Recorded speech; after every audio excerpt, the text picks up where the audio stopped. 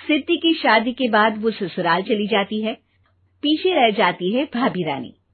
सिद्धि के ससुराल जाते ही भाभी कहती है, अरे वाह जी वाह, सारे कपड़े मेरे। हाय रे पैंट, अरे वाह वाह, मजा आ जाएगा। अरे ये सिद्धि की अलमारी के सामने खड़े होकर क्या बड़बड़ा रही है? जा जाकर देख मेहमानों को विदाई की मिठाई मिली कि नहीं। अब हाँ माँ जी, क्यों नहीं, लेकिन पहले कपड़े तो बदल लूं। अब रानी आ जाती है सिद्धि के उन कपड़ों में जो वो ससुराल जाने से पहले घर छोड़ जाती है। अरे रानी, कुछ दिन रुक जाती। अरे ये तो सिद्धि बिटिया को मैंने ही दिया था, बड़ा ही फबता था उस पर, तुझ पर तो कुछ खास नहीं लग रहा। अब वो ना मेरे सारे कपड़े गीले थे तो सोचा पहन लूं। वैसे भी सिद्धि को कौन सा दिन पुराने आउटडेटेड कपड़ों को पहनना है। वैसे भी ये सूट तो मैंने तभी पहना था, वैसे खास है भी नहीं ये। हाँ ठीक है, लेकिन ना मेरी सिद्धि पर तो जमता था। सारे मेहमान चले जाते हैं और सिद्धि ससुराल से मायके पहली बार आती है। अपना घर, अपना कमरा, अपनी अलमारी। ये बोलकर जैसे ही सिद्धि अलमारी खोलती है तो सामने उसके कपड़ों की जगह कुछ और ही रखा होता है।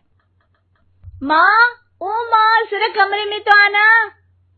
सास और रानी वहां पहुंच जाते हैं।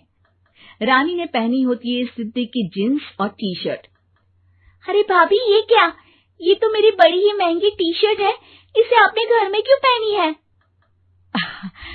अरे बहुत मिलती है दीदी ये चौक की मार्केट में, 150 में। ओ भाभी प्लीज, ये एरोपोस्टल है, 2000 की एक टी शर्ट। ओहो, 2000 में तो दीदी 4 साड़ी आ जाए। अब क्या बोलूं? भाभी, ये मेरी अलमारी में छोटू के कपड़े, तो मेरे कपड़े कहाँ हैं? मेरी अलमारी में? अब दीदी आपको कौन से पुराने कपड़े पहनने थे? माना भाभी, लेकिन मैं जब घर आती तो यही सब पहनती ना। अरे तुम तो बड़ी कंजूस हो दीदी। खैर, वक्त आता है जब सिद्धि ससुराल के लिए रवाना हो रही होती है। अरे रानी, अंदर से सिद्धि का गिफ्ट ले आ, लड़की पहली बार ससुराल से मायके आई है। रानी अंदर जाती है और एक सिंपल सी साड़ी लेकर बाहर आ जाती है। ये लीजिए माँ जी। सास बेटी को गिफ्ट देकर ससुराल भेजती है। अगले दिन रानी एक सुंदर सी साड़ी पहनकर सामने आती है। अरे रानी, ये तो वो साड़ी है जो मैंने सिद्धि को देने के लिए दी थी जब वो ससुराल ले जाती, लेकिन ये तूने कैसे पहन ली?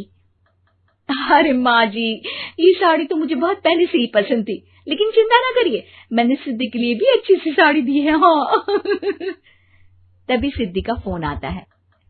क्या माँ, कुछ अच्छा तो दिया होता ससुराल ले जाने के लिए। अरे पहले दिखा दिया होता।